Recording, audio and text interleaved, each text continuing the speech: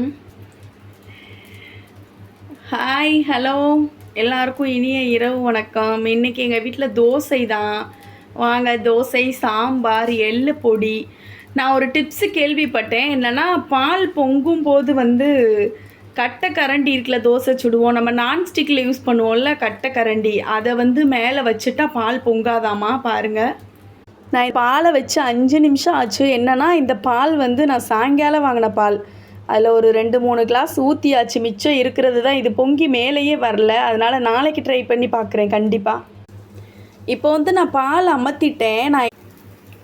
நான் எனக்கு ஏதாவது தெரிஞ்சிச்சுன்னா நான் உடனே சொல்ல மாட்டேன். நான் வியூஸ் வாங்கணும், இல்லை யூடியூப்பில் போடணும், நான் பெரிய ஆள் அப்படிலாம் நான் காட்டிக்கல. நான் அதை யூஸ் பண்ணி எனக்கு எப்படி இருக்குன்னு பார்த்துட்டு தான் நான் உங்களுக்கு சொல்லுவேன். அதே மாதிரி நான் இந்த பால் கேள்விப்பட்டேன், நான் பார்த்தேன். எனக்கு பால் கொஞ்சமாக இருக்கனால மேலே பொங்கியே வரல. கண்டிப்பாக நான் நாளைக்கு காலையில் 1/2 லிட்டர் பால் வாங்குவேன். வாங்கும்போது நான் அந்த பால் காய்ச்சி பொங்குதா, இல்லை கட்டையை தாண்டி பொங்குதா, இல்லை பொங்கி உள்ளே போகுதான்றதை பார்ப்போம், இல்லை பொங்கி வெளியவே வரலையான்றதை பார்ப்போம். கண்டிப்பாக எதையாவது ஒன்று பார்த்தா ட்ரை பண்ணி பார்த்துட்டு தான் அடுத்து உங்களுக்கு போடுவேன்.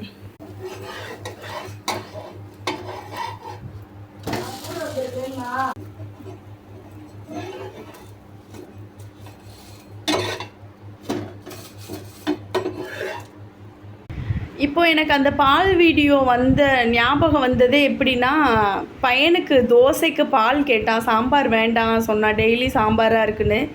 சரி, அதனால தான் இந்த பால் ஐடியா வந்துச்சு. நாளைக்கு ட்ரை பண்ணி பார்ப்போம். பாய், எல்லாத்துக்கும் இனிய இரவு வணக்கம்.